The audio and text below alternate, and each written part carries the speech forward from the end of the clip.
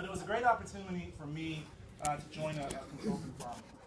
Ended up becoming a partner, and we were a bunch of former CIA guys, and we helped companies grow in markets they'd never been in before. And one of the things that our clients would come to us say, do you know anybody? We have some cybersecurity problems. Can you help?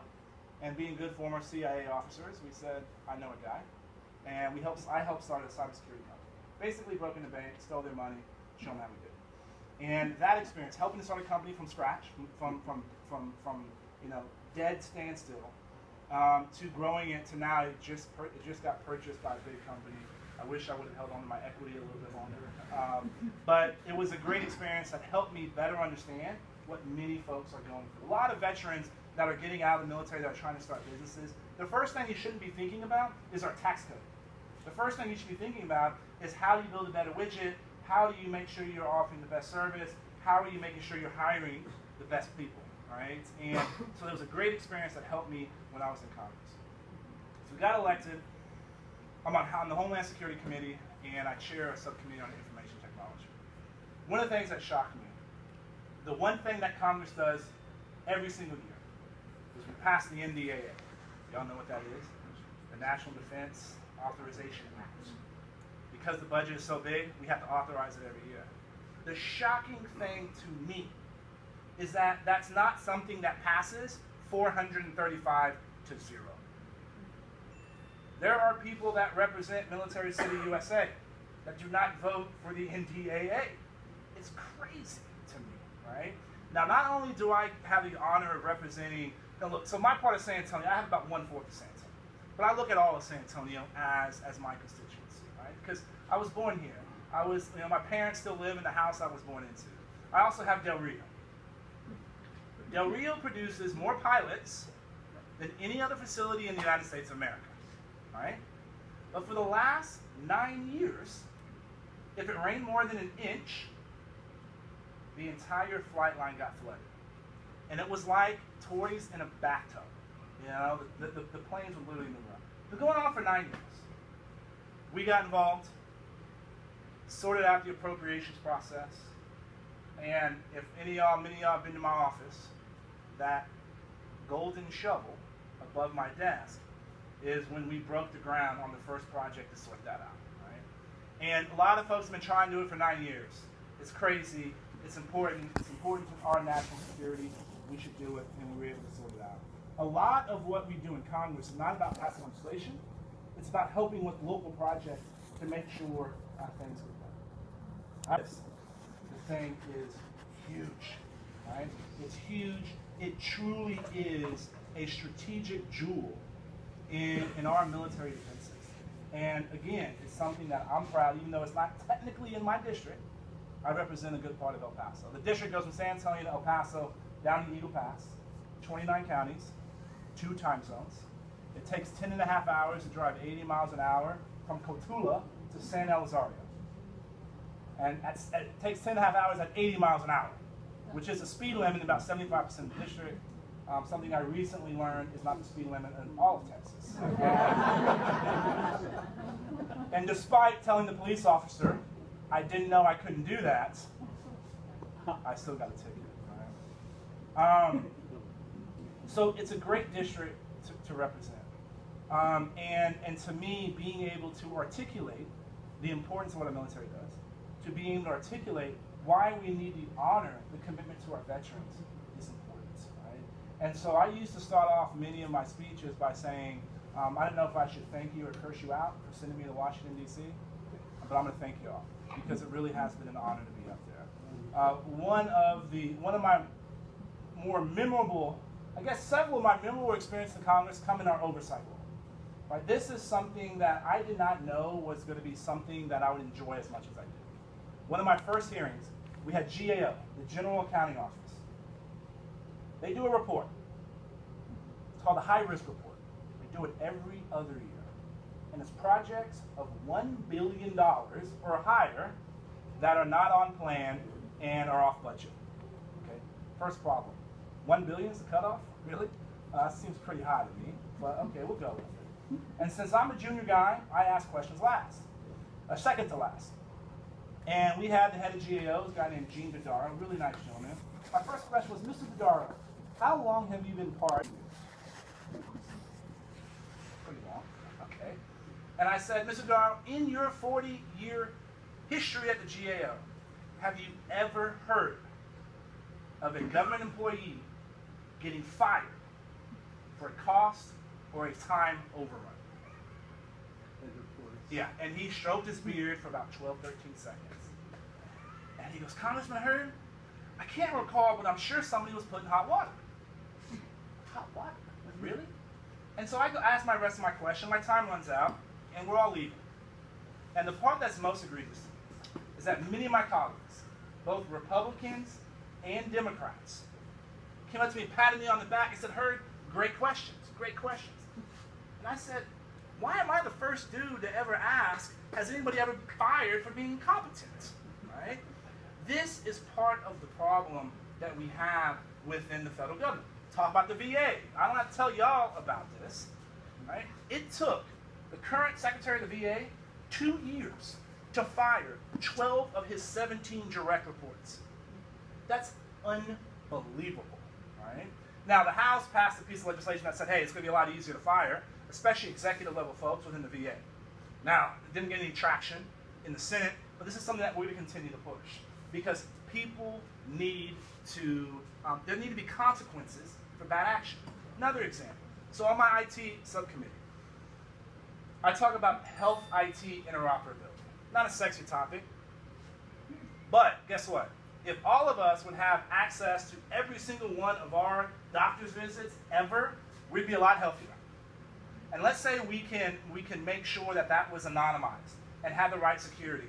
And let's say researchers were able to have access, they would be able to have virtualized research cohorts, which would mean we would be able to test medicines quicker, and we would be able to get life-saving things to the market a lot sooner. It would save lives sooner. Okay?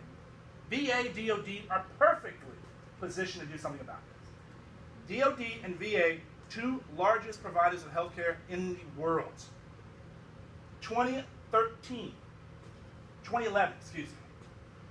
DOD, and many of y'all probably experienced this. When you leave, if a soldier, sailor, airman, or Marine leaves DOD, they're told to print out their electronic health record and carry it to the VA, right? Okay, it's 2016, you should be able to push a button. Still can't do that right now, by the way. DOD VA in 2011 said, hey, we're going to do something about this. 4 years later, and $500 billion, the two systems still are not truly interoperable. That's crazy. And they said in 2015, throw up our hands, we're gonna start over again. All right? We're gonna have two separate ones and make sure that they're kind of talking together. So my question is, who was involved in making and wasting $500 billion? And are they still involved in the project? All right? So, and why? Well, I don't need to know why. They shouldn't, right? It's that simple. So again, what do we have to do? Congress has to send a letter over to DOD and VA and say, give me a list, not only of the companies, of the actual individuals that were involved in these projects. And then I want to know who's working on the upgrades to Vista, who's working on the transitioning of DOD, right? Because they shouldn't be involved. There has to be consequences of negative behavior. Now, again, this isn't sexy stuff, right? But this is how shining the light and getting into the weeds on things. My choice program has gotten a little bit better, okay? It still has some problems, right? One of the big problems, the healthcare providers, for those that don't know the choice card, we need to make sure you know it because we need you to help spread the word.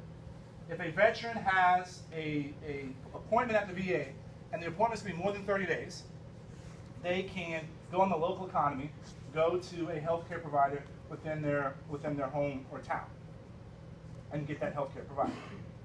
If you're more than 40 miles away from the VA, you can also get your health care in a local place, right? Now, many of the local providers that signed up, they weren't getting paid on time. So you didn't have a lot of healthcare providers excited about jumping on the program. That issue is, I can't say it's been 100% resolved, but it's getting better. Tri-West, many of y'all know it, has gotten involved in this program, and they're helping with that. One of the things we're also pushing is that this hurts a lot of the rural veterans that I represent. You have to drive sometimes 2-3 hours to come to the VA to get your blood drawn, right? Or to get a basic test. That's crazy. You can do that locally, right? CVS, Walmart are doing that stuff now. So we've been working, and we actually have worked with a pilot program in New Valley in order to make sure that all those basic programs and basic, blood being drawn, things like that, can get done locally, and that stuff gets sent to the VA. And there's been some other pilot programs around the country, so I'm hopeful that we may see that being integrated into the VA operations very soon. So again, the only way we solve these problems is by staying on it, right? Tri-West, that handles the choice program, has gone from 240 employees to about 2,400 employees, right? That's going to help with the customer service elements of this, and that's a really big deal. And so we'll continue to push that. So it's always good to hear good stories about this program, as well as bad stories, so that we can sort these out. Because here's the reality. Our philosophy is very simple. Solve the problem for the individual, and if we solve the problem for the individual, then we can, and if that one person having the problem, then guess what? Thousands of people are having that problem around the country. So if we learn how to solve it for that one person, then we can make sure we learn how to do it and solve it for everyone, right? And so I'm proud to say in 2015, we closed out 242 veterans cases, problems that veterans were having with the VA. And we're on pace to hit that same number. That's a big number. And that's just veterans. Talking about Social Security and Medicare, that number balloons. And so I represent everybody. I don't represent just the big towns, I represent the small towns. Next week, we're starting DC to DQ Part 2, where we're going to hit 25 towns in 5 days. And most of those are at Dairy Queens. So, I don't know if I'm going to be able to slip in these jeans after 25 dip coats, but we're going to try. We're going to try. And I love getting out there and interacting with people. I love fighting for y'all. And look, I'm gonna end with this and take a couple of questions, and then let them mingle a little bit more and get some shots of us mingling. And then I actually got to get on a plane to El Paso, flying to El Paso, and then driving back to San Antonio. Stop making a few stops, but it's still a long drive. We've learned now that when we rent a car, we have to make sure it has the right tint, because even if the AC is really nice, it's still hot, So I've been very critical of the organization I'm now a member of. And it is, we have a long way to go to repair the trust with the American people. Right? So being honest. I've learned representing a 50-50 district that no matter what I do, 50% of the district is upset with me. I'm tough, I can handle it, right? I'd rather handle that issue than having Al-Qaeda chase me. My biggest concern is when all the nasty ads start being run against me, that my mom doesn't see them. Because she's not going to react as diplomatically as I do. JD knows my mom, he knows that's true. One day, when I was in Congress, I was supposed to give a tour of the Capitol, and I had never given a tour of the Capitol, and I thought this could be a pretty crummy tour if I don't know where to take people. So I called the Capitol Visitor Center, and I said, hey, can y'all send someone over and just give me a quick hour tour, just the highlights. Young lady, 67 years old, comes over. She'd been giving tours for 17 years. 3.5 hours later, thank God we didn't have votes that day. 3.5 hours later, she has me standing tall, right? My chest is out. And she had taught me that I was one of 20,000 people that have ever served in Congress. That's a freshman class at Texas A&M University, or University of Texas. Right? She had told me I was connected to people like Sam Houston and Abraham Lincoln.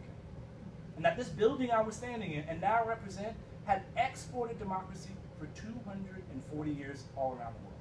Right? And I was good to be a part of that. And while we still have a long way to go, some good things are actually happening. Washington, D.C. is a circus. You see it on television, but guess what? Nobody thought 18 months ago that we would lift a ban on exporting crude. That's a big deal. It's not only a big deal in South and West Texas, using our energy policy as a tool of foreign policy is how we put Russia back in the box. Right? Eastern Europe would love to buy energy from us, not Russia. We did that this year. Nobody thought we could do it. There's a thing called the SGR fix. I know nobody in this room knows what that is, because we're actually pretty bad at naming stuff. We should have called this the increasing seniors' access to good doctors while shaving $5 trillion off the national debt over 15 years. Because guess what? That's actually what it did. First kind of change to an entitlement program in 2 decades. Highway Trust Fund. The largest highway trust fund passage in 2 decades. Right? The reason any of y'all got in 1604, right, and Braun Road, hey, you're welcome. Right? I just drove over the overpass at 151 in 1604, and it was like, man, this works. We did that this year. Nobody thought it was going to happen. Every student succeeds acts. If you have kids in school, this is important for you, because what it did is basically repeal No Child Left Behind. This was one issue that both Republicans and Democrats were upset with. There's no longer a one-size-fits-all solution to education. Right? Now, my fear is, as the states start implementing this, you're going to have 50 one-size-fits-all solutions. That wasn't the intention. The intention was to have thousands. How you get educated in South Side of San Antonio versus San Elizario is very different. And guess who knows better? You do. The parents know better. The teachers know better. The principals know better. Guess what? We passed that this year. It's a big deal. Tax reform. Europeans should be talking about inversions, not the United States. There's a thing called Section 179. Any of y'all small business owners? Section 179 means you can get tax relief for investment in your company and your people. Every year this went back and forth. How much is it going to be? Set the table to make sure that y'all keep more of your money, right? Instead of sending it to Washington, D.C. Because we all know, we all serve, you use it, you lose it. All right? And we're actually doing the oversight role. I think many of y'all saw my conversation with the good director of the FBI. Had I done what our former Secretary of State had done, if y'all wanted to see me, y'all would have had to come to Huntsville, because I would have been in prison. Right? It's unacceptable. We cannot allow an environment within our national security apparatus where it's okay to willy-nilly protect those secrets. The secrets that many of y'all fought for, the secrets that I collected in back alleys, right? It's absolutely unacceptable. Right? So we're going to continue to put pressure there. I'll be honest, I was looking over my shoulder when I was walking home that day. But it's a great honor to be up there. It's an honor to represent my hometown of San Antonio. It's an honor to represent these 29 counties. But it's also an honor to represent the men and women that today are putting themselves in harm's way every single day. And it's an honor to represent everyone who's ever done that. So I appreciate y'all being here. I talked way too long. First question. I got the VA, they said that I have sleep apnea. And so I recall my mother, she had that problem as well. After the military, I gained some weight. I did 10 years of sleep apnea. They designated me as sleep apnea, and I have the sleep apnea device. But the hard thing is turning in the paperwork to VA to let them know that I have sleep apnea.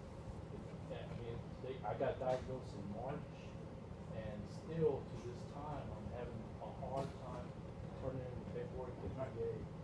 The DBQ at the give it Frank the header. I finally got that done, they helped me with that, but now I gotta turn that in. But just the loops Yeah. that I had to Absolutely. go through Absolutely. to get all through that. I mean, and I'm thinking, you know, that's why veterans have such a hard time trying, you know, to get their benefits. Absolutely. You know, 'cause there's so many obstacles we gotta cross Right. to get all that.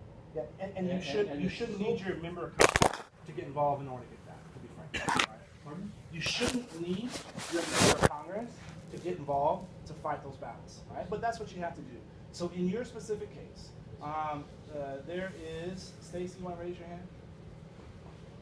So we'll get us, let's make sure we have your name and your contact information. I will have someone from my official office reach out and try to figure out how we can be helpful. And look, whether you're in the district or not, I am. okay, well, even better. So then I'm your guy to help sort it out. So let us know, and we can work on that. And John Arnold is the guy that manages, that handles all of our VA and military issues. John, 9.5-year Army veteran.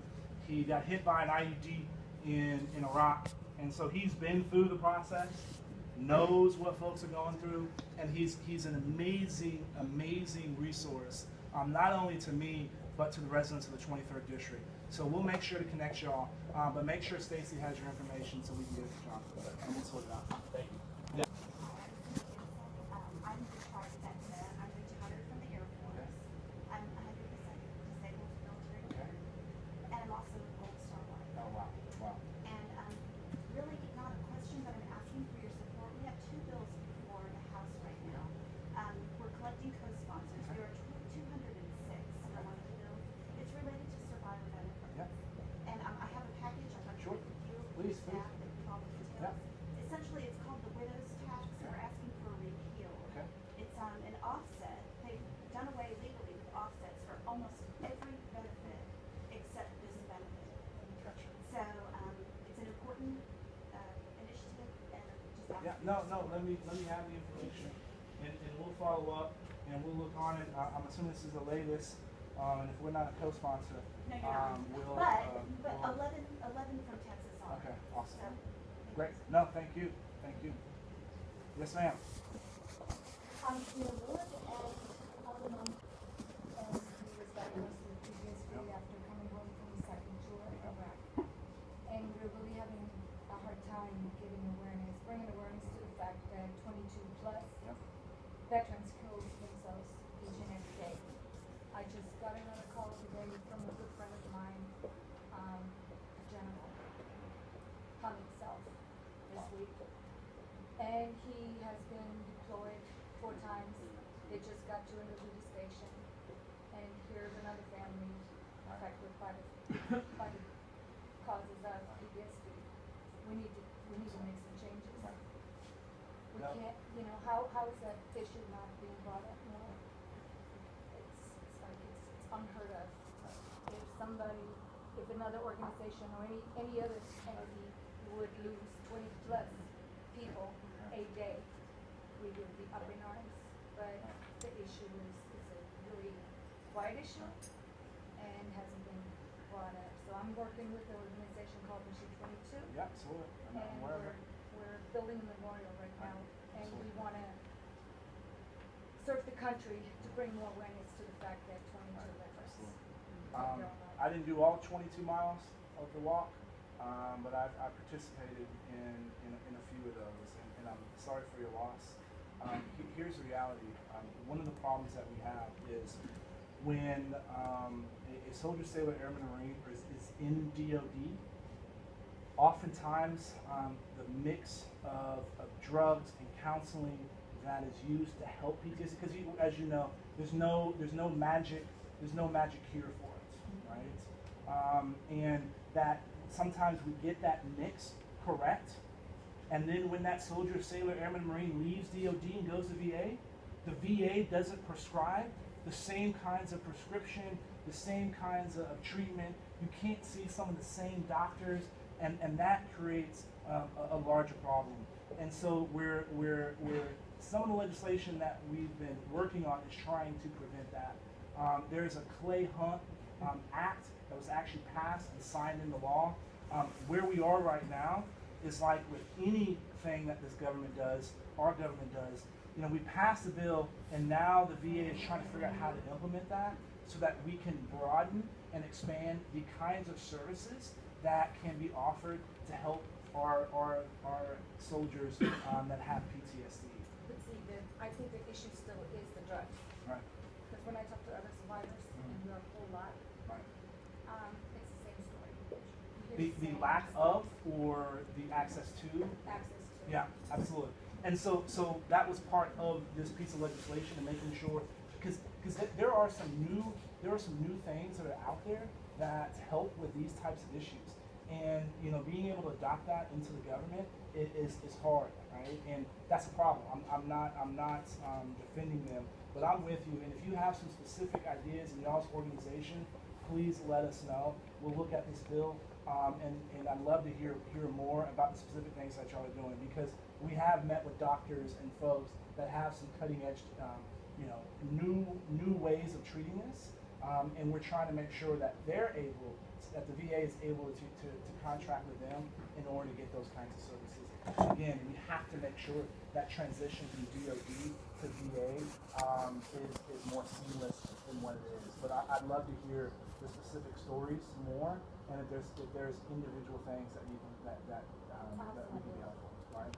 And again, it's those stories that actually inspire me to try to do our work, right? Because this is I always say people think being in Congress is like champagne wishes and caviar dreams, right? It's more like being in middle seat in Southwest Airlines. But for me, the reason I come back as often as I do is because I get to hear stories like y'all's that are going to be helpful to me in to fight these problems, right? And that's why I wanted to run for Congress, is to solve problems. And when we hear those, we try to get in. And again, I'm going to bang my head against the wall, and knowing we have folks like y'all behind us to support us, it means a lot. So I'm going to end with a quick story.